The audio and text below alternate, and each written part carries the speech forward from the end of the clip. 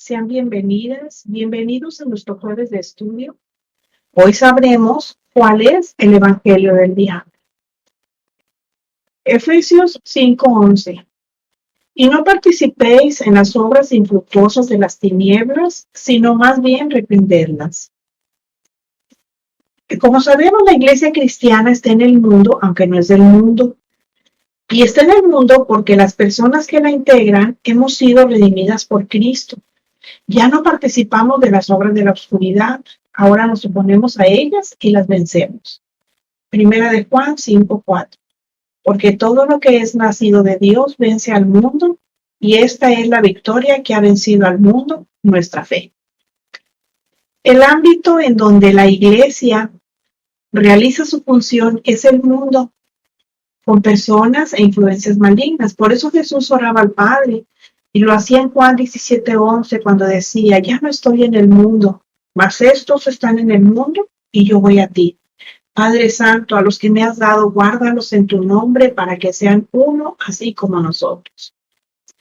Jesús oraba así porque sabía que dentro de las congregaciones cristianas habría la influencia del mundo, y eso causaría una grave confusión debido a las falsas doctrinas. Eso dice en Efesios 5:14, por lo cual dice: despiértate tú que duermes y levántate de los muertos y te alumbrará Cristo. El apóstol Pablo hace un llamado a quienes se encuentran en un estado de sueño, que no se dan cuenta que están siendo llevados a la apostasía al recibir y aceptar toda clase de doctrina, porque no saben distinguir entre la voz del Espíritu Santo que convence de pecado, de justicia y de juicio, de lo que es el evangelio del diablo, que son puras herejías destructoras. Y son destructoras porque salen de un corazón pecaminoso de los maestros que las enseñan, como dice 1 Timoteo 4:1. Pero el Espíritu dice claramente que en los postreros tiempos, o sea, en los últimos tiempos, que son los que estamos viviendo, algunos apostatarán de la fe, o sea, se voltearían en contra de Cristo, escuchando a espíritus engañadores y a doctrinas de demonios. La palabra despiértate que habla el texto representa que tienen la oportunidad de conocer el evangelio verdadero, pero se encuentran dormidos. Por eso despiértate, porque al estar dormidos no se dan cuenta de nada. Y eso significa que no son conscientes porque aceptan cualquier evangelio y no tienen la capacidad para discernir que el espíritu con el que están comulgando no es el Espíritu Santo. Ese es un tiempo crucial para quienes estén dormidos, para que ellos puedan despertar del letargo que están sumergidos. Por eso les dice: despiértate tú que duermes. Yo no le voy a decir a alguien que está despierto que despierte, porque ya yo lo estoy viendo despierto, está avispado. En cambio, uno que duerme, pues está aletargado. ¿Y por qué les dice eso? Dice: para que se den cuenta lo que significa recibir enseñanzas que no vienen de Dios. Pero no solo eso les dice, también les dice: levántate de los muertos. Y este es un llamado a quienes solo aparentan estar vivos, para que se aparten de quienes les predican el evangelio del diablo. Por eso hay tanto desorden en las congregaciones gobernadas por lobos rapaces, porque las han extraviado del verdadero evangelio. Y si la iglesia no despierta del letargo en que se encuentra sumida, seguirá siendo guiada por el espíritu del anticristo para que aplique sus ideas. Si no, solamente fíjense de lo que predican: prosperidad económica, positivismo, amor a sí mismo, y apelan más a las emociones que a lo espiritual. ¿O no es cierto? Ese es el evangelio del diablo. Por eso en Juan 10:10 dice: Jesús advirtió: el ladrón no viene sino para hurtar y matar y destruir. Yo he venido para que tengan vida y para que la tengan en abundancia.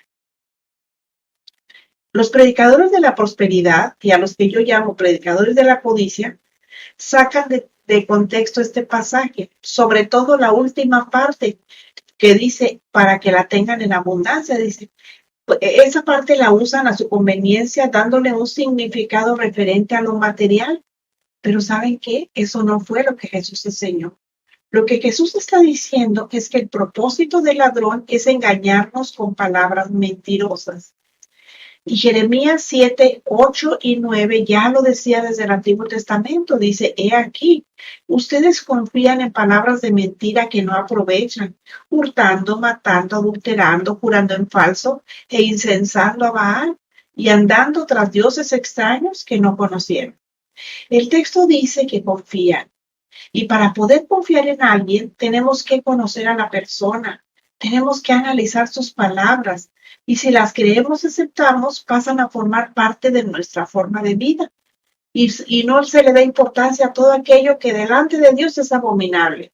Y todo por aceptar el engaño de los ladrones de esperanzas que solamente los llevan a confiar y apoyarse en palabras engañosas, en palabras mentirosas que los llevan a la muerte espiritual. Porque eso es lo que pasa cuando se escucha y se confía en esos predicadores del evangelio del diablo, que es muy diferente del enseñado en la escritura. Y aunque se oiga prometedor y se diga con suavidad, pues no edifica y puede llevar a la iglesia a desviarse del camino correcto. Por ello es necesario tener cuidado de a quién se escucha y qué es lo que enseñan. Pero eso solo se sabe cuando lo analizamos a la luz de la palabra, que es nuestro parámetro. La iglesia de Cristo tiene un enemigo muy real y ese enemigo existe desde la creación. La primera vez que se dejó ver fue en el Edén. Se metió en una serpiente, pero eso no fue casualidad. De aquí podemos sacar una enseñanza, fíjense, porque igual que las serpientes con sus astucias tienen diferentes formas de atrapar a su presa, el diablo también las tiene. Y usa a personas que prediquen un evangelio adulterado que se oiga bonito y que nos endulce el oído, pero que puede llevar a la muerte espiritual eterna quien lo escuche y lo crea. Además, el enemigo nunca va a presentar algo que no agrade al oyente. Él sabe perfectamente de qué pieza coger. Y una de las redes para atrapar a su presa son las medias verdades que se repiten desde los púlpitos y por ser medias verdades se convierten en mentiras completas. ¿Ustedes se acuerdan de Goebbels cuando era el jefe de propaganda de Hitler? Repetía una y mil veces una mentira hasta que se reconocía como que si fuera una verdad, pero era una mentira. Lo mismo está pasando ahorita con todos esos medios informativos que se la pasan diciendo mentiras como si de veras fueran cierto y hasta ellos mismos se las creen. Bueno, pues solo basta con que cada domingo alimenten el ego de las personas y les repitan las mismas frases que los motivan, sí, a que les levantan el ego. Pero eso no es el evangelio verdadero.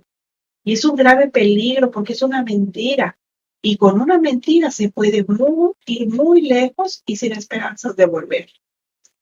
Segunda los Corintios 8:9. Dice, porque ya conocéis la gracia de nuestro Señor Jesucristo, que por amor a vosotros se hizo pobre siendo rico, para que vosotros con su pobreza fueseis enriquecidos. En el Evangelio del Diablo, al igual que otros, se utiliza este texto para manipular a las personas para que crean que la pobreza es una maldición y que la riqueza es sinónimo de que Dios está con ellos. Y peor aún, que Jesús se hizo literalmente pobre para que ellos sean ricos en esta vida. Imagínense pues de dónde sacan todo eso. Claro que muchos se comen el cuento por no estudiar la Biblia, pero otros son conscientes del error y se callan porque tienen que seguir yendo al templo cuando la Escritura dice que nos congreguemos, pero no forzosamente tiene que ser en un templo. El texto también habla de riquezas que por supuesto no tienen nada que ver con carros, con mansiones, joyas o dinero. El pasaje habla de riquezas espirituales, de dones, bendiciones. Habla de ser ricos con la salvación, con el perdón, el gozo, la paz, la honestidad. Pero este es solo uno de muchísimos ejemplos de lo que es un mensaje adulterado y que nada tiene que ver con el espíritu de lo que enseña la Escritura. Vamos a volver a Juan 10:10 que dice, yo he venido para que tengan vida y para que la tengan en abundancia. Antes de comenzar a tener visiones de casas lujosas, de autos y más dinero del que podemos gastar, tenemos que detenernos y pensar en lo que Jesús enseña sobre la vida abundante, de la que nos habla el texto, porque la Biblia enseña que las riquezas materiales, el prestigio, la posición social y el poder en este mundo no son prioridades de Dios para nosotros. Nosotros debemos convencernos que el estado económico, académico, social no tienen la menor importancia para Dios. Él nos permite tener cosas, sí, pero solo mientras estamos en esta tierra. Y cuando nos llamen a rendirle cuentas, no me digan que vamos a cargar con nuestra casa en la espalda como el caracol, o que iremos manejando nuestro coche o nuestra caja fuerte. No, eso no va a ser posible. Por eso este texto se refiere a la vida eterna, a una vida que comienza en el momento que recibimos a Cristo como Salvador. Es decir, la vida abundante no es material como nos lo han querido hacer creer, es espiritual, porque Dios nunca nos prometió tener abundancia material. Por eso nos dice Filipenses 4:19, mi Dios pues suplirá todo lo que os falte conforme a sus riquezas en gloria en Cristo Jesús. O sea, en lugar de que visualicemos cosas que no son prioridades de Dios para nosotros, pero que tampoco deberían ser las nuestras, convenzámonos que el estado económico, académico o social no tienen la menor importancia para Dios. Él nos permite tener las cosas, sí, pero solo mientras estamos aquí. Nada más para eso. Así que entonces rechacemos el evangelio de la prosperidad, el evangelio de la codicia, que es el mismísimo evangelio del diablo. No seamos como tanta gente que se les han creado expectativas con esa enseñanza del diablo y se han frustrado porque por más que se esfuercen trabajando y ahorrando y haciendo, no pueden alcanzar lo que desean. Mateo 8:20 dice, Jesús les dijo, las zorras tienen guaridas y las aves del cielo nidos, mas el Hijo del Hombre no tiene donde recostar su cabeza. Dios nos muestra claramente que una vida abundante no se trata de la abundancia de cosas materiales. Si así fuera, Jesús habría sido el hombre más rico del mundo. ¿Y qué enseña el texto que acabamos de leer? Que ni siquiera tenía donde recostar su cabeza. Efesios 5:6 y 7. Nadie los engañe con palabras vanas, porque por estas cosas viene la ira de Dios sobre los hijos de desobediencia. ¿Qué dice el texto a quienes duermen? Que están recibiendo enseñanzas que les están apartando de la verdad y les llevarán a la muerte. No permitan que la oscuridad les envuelva. Atiendan a las palabras que el Señor dice y dejen que el Espíritu Santo exponga las falsas enseñanzas que están recibiendo. Pero también les dice otra cosa. En Efesios 5:11 les dice, no participen en las obras infructuosas de las tinieblas, sino más bien repréndanlas, es decir, denúncielas. Les dice, no participen en ellas, no se queden callados. De verdad, estamos viviendo tiempos sumamente difíciles para la iglesia y tenemos que preguntarnos si las enseñanzas que estamos recibiendo nos están acercando más a Dios o nos están alejando de Él. Porque cada momento es una nueva oportunidad para seguir avanzando en la dirección correcta, pero siempre con nuestros ojos enfocados en Jesús, porque en Él está la vida. Y para conocerlo, debemos buscarlo por medio de su palabra. No debemos poner barreras en nuestra caminata hacia nuestra morada eterna. Busquémoslo a Él a través de la palabra. Estudiémosla para que podamos entenderla. Juan 3:19-21 nos dice, y esta es la condenación, que la luz vino al mundo, la luz es Jesucristo, y los hombres amaron más las tinieblas que la luz, porque sus obras eran malas, porque todo aquel que hace lo malo aborrece la luz y no viene a la luz para que sus obras no sean reprendidas, mas el que practica la verdad viene a la luz para que sea manifiesto que sus obras son hechas en Dios. Este texto enseña que quien está dormido está rodeado por la oscuridad. Y ese es el dormido al que se refiere en Efesios 5:14, cuando le dice, despiértate tú que duermes, levántate de los muertos y te alumbrará Cristo. El dormido, fíjense, Es uno que profesa ser cristiano, pero está dormido y además está rodeado por la oscuridad y acepta cualquier cosa que le sirven solo porque va mezclado con un poco de Biblia, aunque esté rebosando de mentiras. Fíjense, ahora hay muchas enseñanzas que vienen en la Biblia, pero que para el cristiano son antibíblicas porque hacen un sincretismo tal que acomodan cosas de la Biblia con cosas del mundo. Y eso a nosotros, pues no, a nosotros eso no es, para nosotros no es alimento. Y tenemos que estar muy atentos a todo. Según de los Corintios 4:4 nos dice que en los cuales, o sea, en los dormidos, en los que están distraídos, el Dios de este siglo, que es el diablo, según el entendimiento de los incrédulos para que no les resplandezca la luz del Evangelio, de la gloria de Cristo, el cual es la imagen de Dios. Esto nos dice que no es que los dormidos estén en tinieblas, lo que nos está diciendo es que ellos son las mismas tinieblas. Por eso, los incrédulos, dice la palabra de Dios que ellos no heredarán el reino de los cielos, porque no creen a la verdad, no han creído en Jesucristo, que están escuchando, ¿sí? Bueno, ya lo vimos en el estudio que hablábamos de los hilos, no y los llameritos. Ahí hablamos precisamente de eso, que son personas que están, simpatizan con el evangelio, les gusta ir. A veces a lo mejor no tienen nada que hacer y pues dicen, no, pues estar aquí encerrado, pues mejor me voy a escuchar, voy a ir a la congregación y pues voy a ver qué aprendo. Pero resulta que todo lo que les dan está mezclado. Entonces nosotros tenemos que tener mucho cuidado. Por eso dice Gálatas 3:1, dice, oh Gálatas insensatos, ¿quién les fascinó para no obedecer a la verdad? A ustedes, ante cuyos ojos Jesucristo fue ya presentado claramente entre ustedes como crucificado. O sea, cuando el Evangelio se presenta tal como es, con palabra salida del corazón de Dios, con palabras que vienen en la Biblia, con enseñanza bíblica, con doctrina bíblica, y la gente no cree porque no le parece a sus oídos, porque como es una palabra muy dura, pero ¿por qué nos están hablando así? Miren, la próxima semana les voy a compartir un estudio que se llama Hablemos el Evangelio como es, o no adulteremos el Evangelio. No recuerdo exactamente el nombre, aquí lo tengo ya.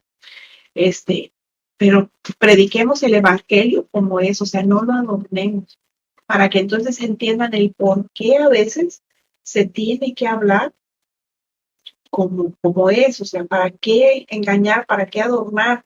¿Para qué usar eufemismos diciendo, no, eso no es pecado, es una enfermedad? No, el pecado es pecado y tenemos que entenderlo porque si no, nunca vamos a cambiar, porque vamos a creer que estamos bien cuando es todo lo contrario. Bueno, aquí en este texto de Gálatas insensatos, el apóstol Pablo hablaba de un evangelio que hacía sentir bien a los gálatas. Y lo que se está viviendo hoy, pues ya lo vimos. Desde muchos púlpitos se predica el evangelio del diablo y se enseña a los cristianos a que piensen en las cosas de la tierra cuando les dicen, es que tú puedes ser rico. Mira, tú piensa, visualiza, repítelo y lo vas a tener. Y eso no es lo que dice la Biblia. Nosotros tenemos que poner los ojos en las cosas de arriba. Porque se predica eso pensando como si toda la vida se fuera a estar aquí. Pero ¿saben qué es lo que quieren? Que pierdan de vista el propósito del Evangelio, que es heredar el reino de Dios. Por eso Jesús dijo en Mateo 6:19-20, dice, no se hagan tesoros en la tierra, donde la polilla y el orín corrompen, y donde ladrones minan y hurtan, o sea, roban y pues sí, roban y hurtan, sino háganse tesoros en el cielo, donde ni la polilla ni el orín corrompen, y donde ladrones no minan ni hurtan. Hagan tesoros en los cielos y no en la tierra. Eso es lo que dice la palabra. Y Pablo nos lo vuelve a repetir otra vez en Colosenses. En Colosenses cuando nos dice, si habéis resucitado con Cristo, poner los ojos en las cosas del cielo y no las de la tierra que perecen. Pero ¿qué pasa? Que hoy hay muchos cristianos que han cambiado la santidad por la prosperidad, porque de acuerdo a lo que han aprendido, creen que ser próspero es el fruto de una vida consagrada a Cristo. Pero eso solo es el evangelio del diablo. porque es una mentira de los falsos obreros, como enseña 2 Corintios 11, 13 al 15. Dice, estos son falsos apóstoles, obreros fraudulentos, que se disfrazan como apóstoles de Cristo. Y no es maravilla, dice, porque el mismo Satanás se disfraza como ángel de luz. Así que no es extraño si también sus ministros se disfrazan como ministros de justicia, cuyo fin será conforme a sus obras. Bueno, ahí esto que acabamos de ver, pues es a grandes rasgos lo que es el Evangelio del Diablo. Pero ahora vamos a aprender a cómo identificar lo que es el Evangelio del Diablo. ¿Cómo lo podemos identificar? Bueno, cuando la enseñanza es contraria a la palabra de Dios. Dice Isaías 5:20, dice, ay de los que a lo malo dicen bueno y a lo bueno malo, que hacen de las tinieblas luz, de la luz tinieblas y de las tinieblas luz, que ponen lo amargo por dulce y lo dulce por amargo. Cuando vemos que nuestros valores están siendo contrarios a los que nos presenta la Escritura, porque el fin del Evangelio del Diablo, pues es eso, ¿verdad? Corromper nuestra santidad y obediencia a Dios, igual que lo hicieron Adán y Eva en el Edén, porque el Espíritu Santo no obra en nosotros para darnos nuevas normas de vida, sino para ayudarnos a entender y aplicar las que ya están en la Escritura. Por eso de que tenemos una nueva visión, que una nueva revelación, eso no es verdad. Apenas que digan, tengo la revelación de Santa Isabel, por ejemplo, pues ¿eso qué? Eso no es así, ¿verdad? O sea, lo que está escrito, eso es y eso es. Y de eso es de lo que tenemos que hablar. Nosotros no tenemos que agregarle absolutamente nada, ni andar adornando el Evangelio con tal de que la persona que ofrenda muy bien se vaya. Nosotros no debemos vender el Evangelio. Nosotros hemos sido comprados por precio de sangre por el Señor Jesucristo y no tenemos que vendernos con el que da ofrenda. Afortunadamente aquí no se da eso, ¿verdad? Aquí no se, pero en otras partes sí. Y como da dado ofrenda, pero se sabe que vive una vida tremendita, pues no se le dice nada por temor a que se vaya la ofrenda, o por temor a que se disguste, o porque temor a que apoye. No, nosotros no tenemos esos compromisos con nadie. Y nosotros tenemos que hablar las cosas como son. No tenemos que andar engañando ni engañándonos a nosotros mismos.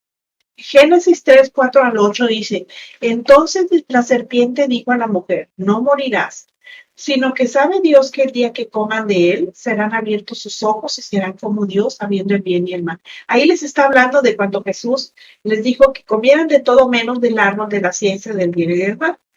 Y entonces Satanás les está diciendo ahí qué era lo que estaba pasando. Y dice, y la mujer vio que el árbol era bueno para comer y que era agradable a los ojos, y el árbol codiciable para alcanzar la sabiduría, y tomó de su fruto y comió y dio también a su marido, al marido que estaba distraído, no cumpliendo lo que el Señor le había ordenado, el cual comió así como ella.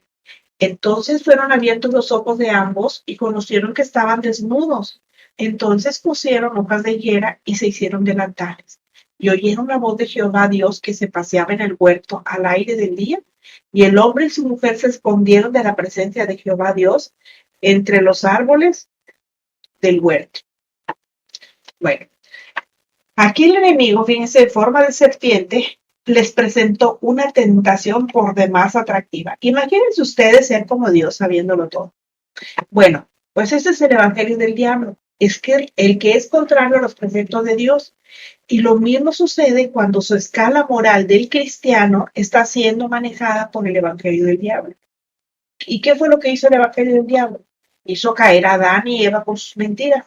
Y ahora ataca a la iglesia tratando de apartarla de Dios y de romper los diseños del propósito de Dios para la vida del creyente.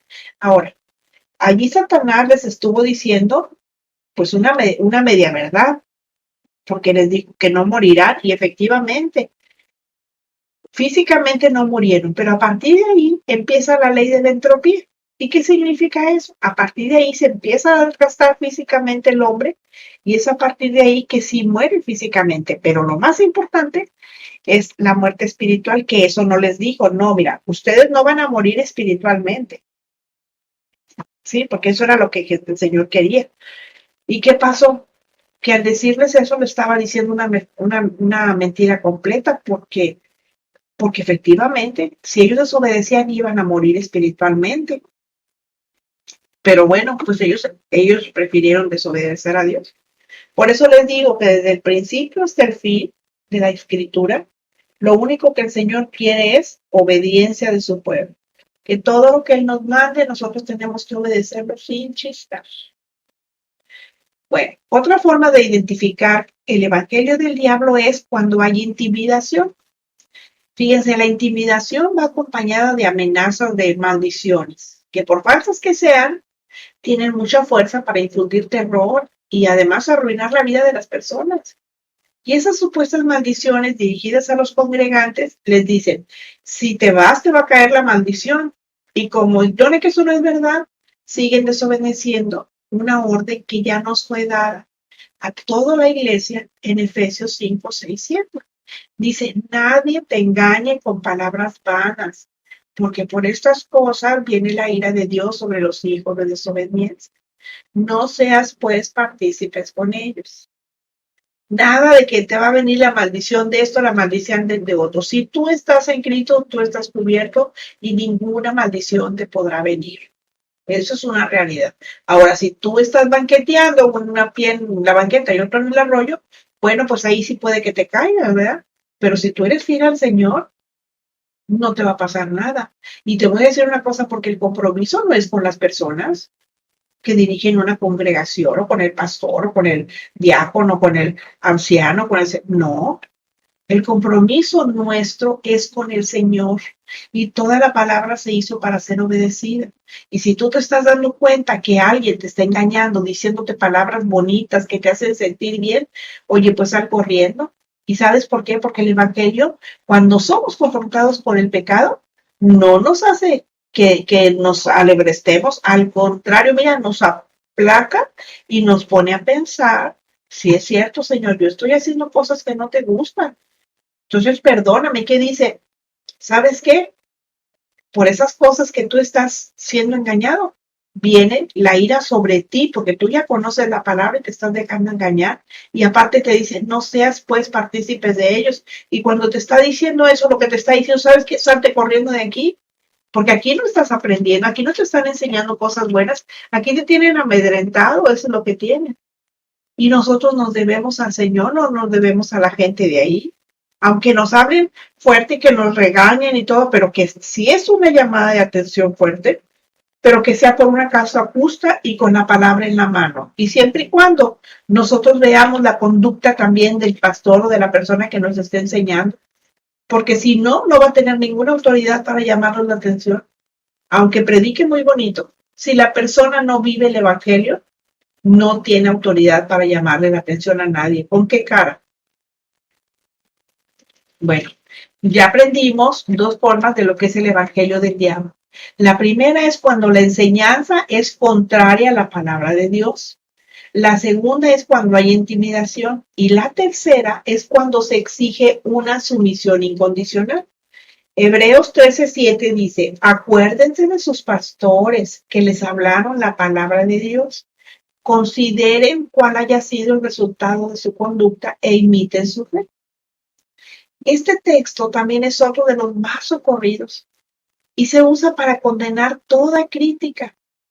Pero esto es autoritarismo de quienes pretenden controlar la vida de los creyentes, porque el texto no habla de sumisión incondicional.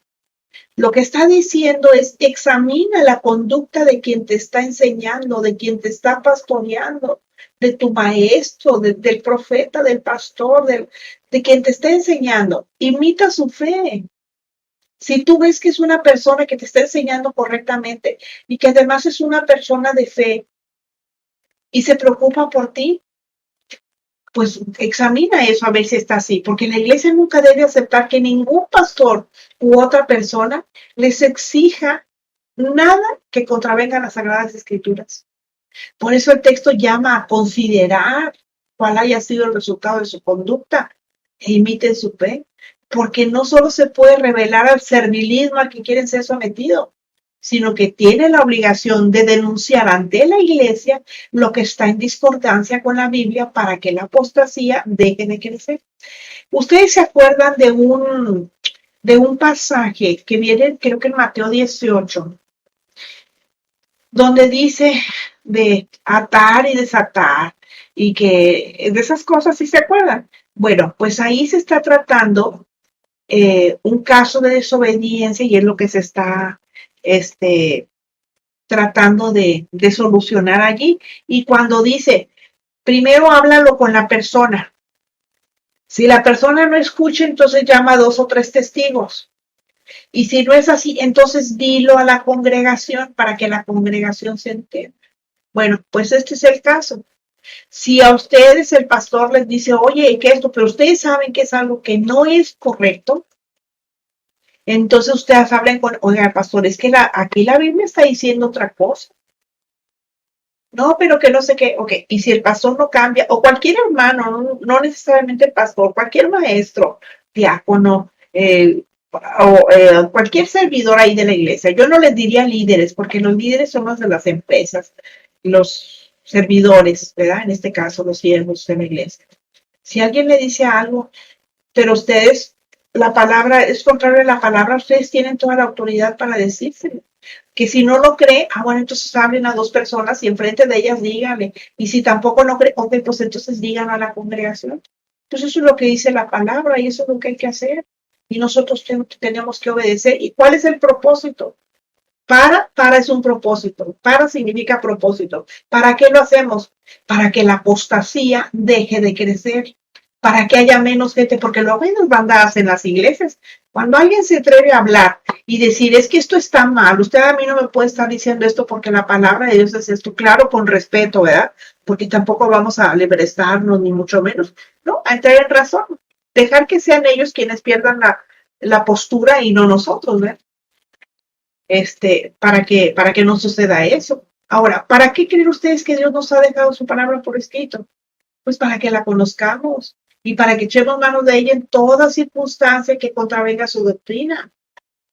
Bueno, fíjense, estas son solo algunas de las formas en que se predica el evangelio del diablo. Ahora, todo aquel que te lleva a la prosperidad, que te lleva a la codicia, que te lleva a otras cosas que no vienen en la Biblia, eso también es evangelio del diablo. El que te dice, mira, todo lo que tú pienses es tuyo. Tú nada más deséalo. La Biblia no dice eso. La Biblia dice que Dios ya sabe de qué tú tienes necesidad y que Él te va a suplir a ti siempre y cuando pidas. Dice, todo lo que os pidas te será concedido. Sí, nada más que hay una cosa, que la Biblia, como les he dicho, siempre tiene sus contrapartes, siempre.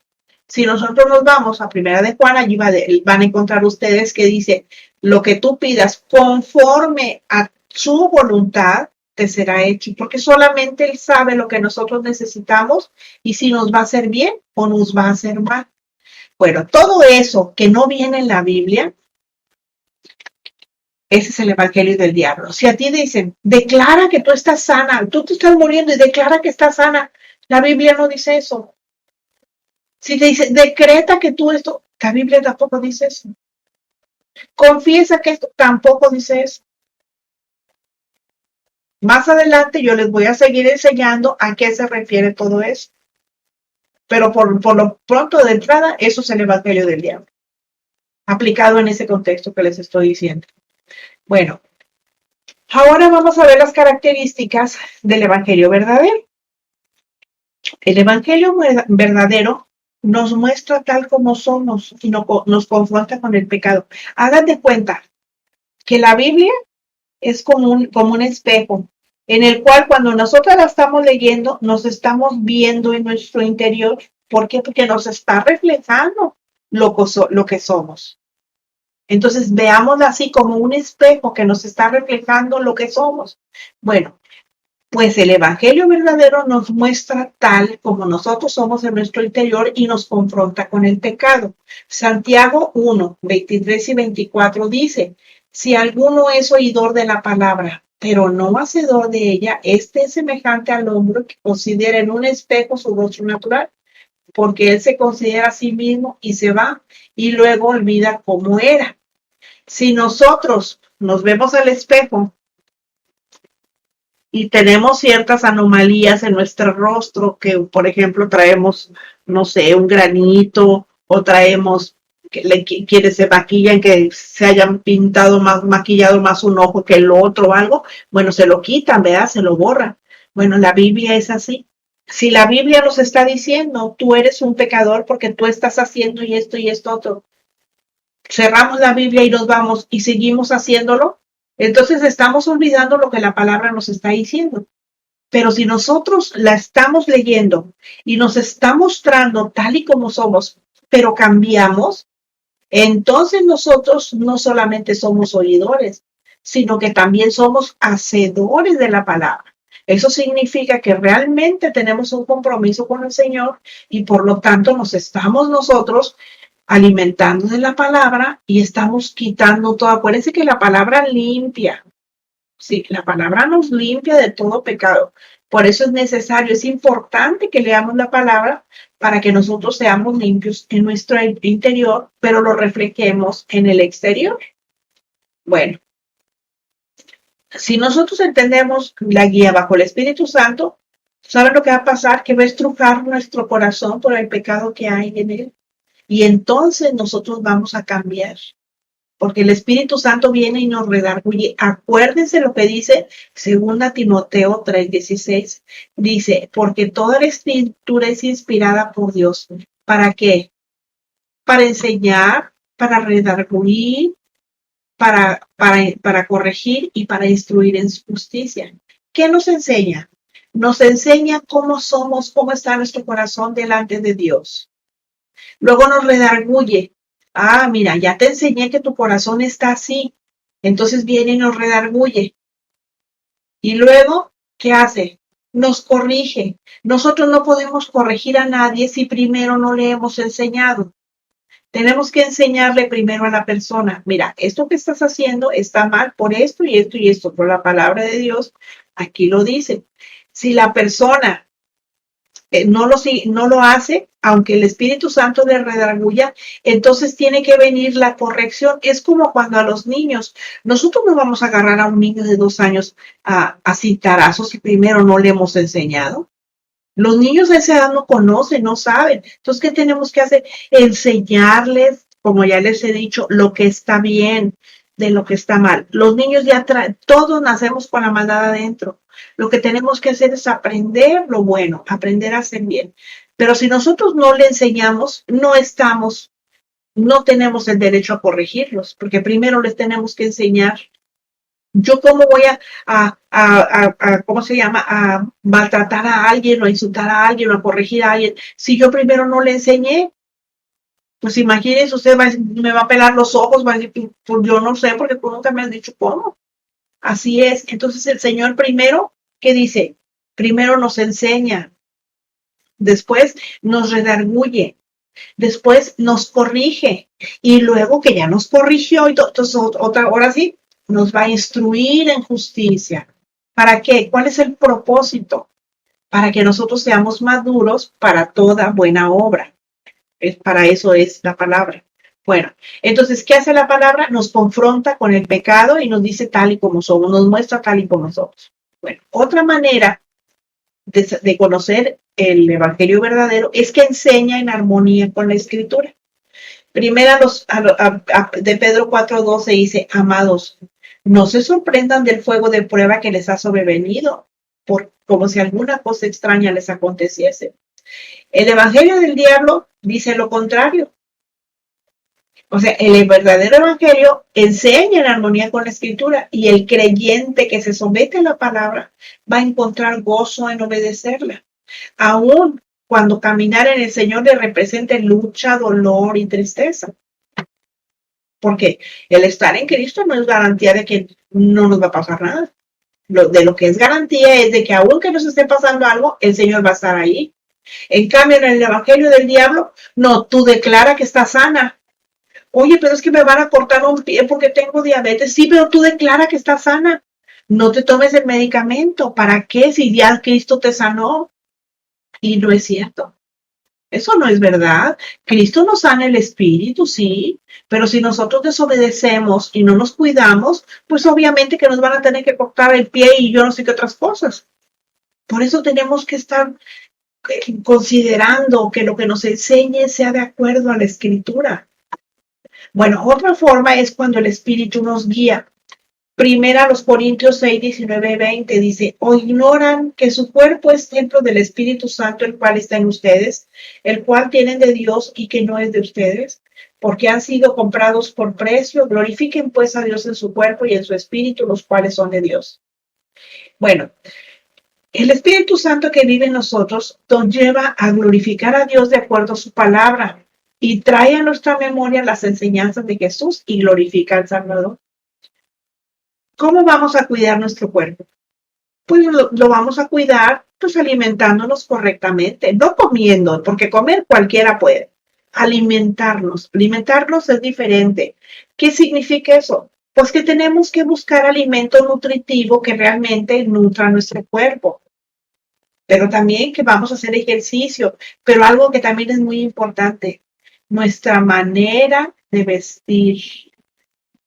Nosotros, ni porque estemos ya grandes, ni las jovencitas, todo, antes se distinguían mucho los hijos de Dios, los señores de manga larga, todos al templo, bien vestidos, las mujeres vestidas decentemente. Ahora no, ahora todas despechugadas. ¿Qué es eso? Eso está muy mal, ya no hay diferencia. Entonces, yo no digo que no nos arreglemos, que no nos pongamos un aretito, que no nos maquillemos. Claro que lo podemos hacer, pues si vamos al encuentro con el Señor, bueno, pues tenemos que ir, pues, lo mejor presentables que se pueda. Pero una cosa es ser eso y otra cosa es ser vulgares. O sea, tenemos que vestir con elegancia, tenemos que vestir de manera sencilla, con una, o sea, bien. Sí, eso también es cuidar nuestro cuerpo, porque nuestro cuerpo no tiene por qué ser exhibido a nadie. Ahora, esas son también tres características, son poquitas, pero es un simple ejemplo para que ustedes vayan reconociendo de lo que está bien, de lo que está mal.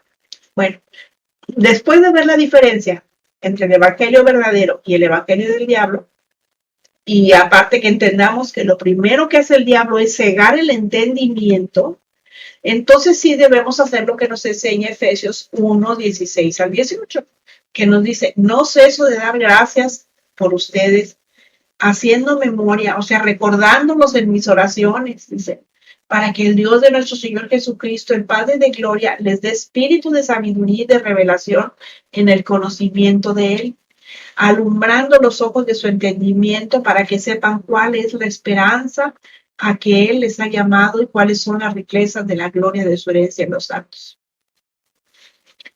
Esto quiere decir que los ojos de quienes siguen el verdadero evangelio van a ser abiertos a la verdad y van a poder entender, como nos lo enseña Juan 8:32, que dice, conocerán la verdad y la verdad os hará libres. Cuando entiendan las escrituras, sus oraciones serán dedicadas a pedir el discernimiento de espíritus, como lo hizo Salomón en Primero de Reyes 3:9, cuando oraba y le decía, él no le pidió a Dios para gobernar, no le pidió riqueza, no le pidió poder, no le pidió nada. Lo que él le dijo, da pues a tu siervo corazón entendido para juzgar a tu pueblo y para discernir entre lo bueno y lo malo. Porque ¿quién podrá gobernar tu pueblo tan grande? Así nosotros, Señor, ¿cómo podemos gobernar nuestra vida si tú no nos das sabiduría? Si tú no nos das discernimiento.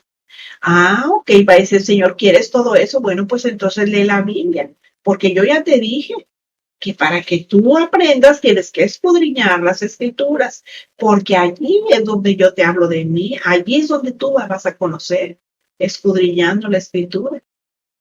Ah, Señor, fíjate que yo no puedo tener discernimiento. Bueno, no lo tienes porque lo que has aprendido no lo has puesto por obra. Entonces tú tienes que ponerlo por obra para que tú puedas entender el discernimiento y tengas, eso sí, la autoridad para corregir a quien tú veas que está mal en lo que está haciendo.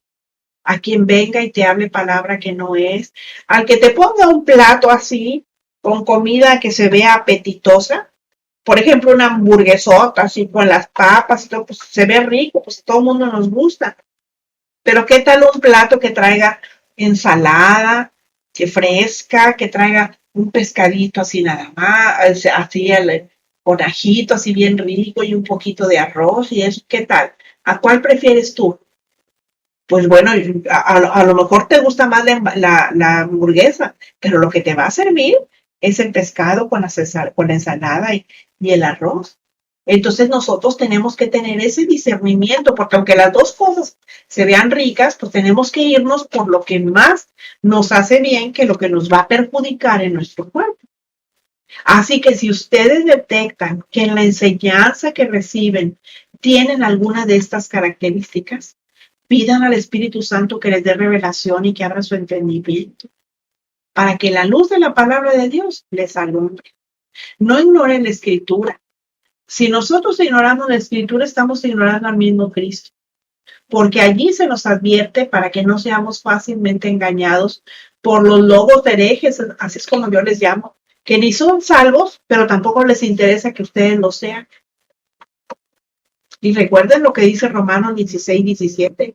Les ruego, hermanos, que se fijen en los que causan divisiones y tropiezos en contra de la doctrina que ustedes han aprendido y que se aparten de ellos. No dice, ahora ya te fijaste que te están enseñando mal, tú síguele ahí. Eso no dice.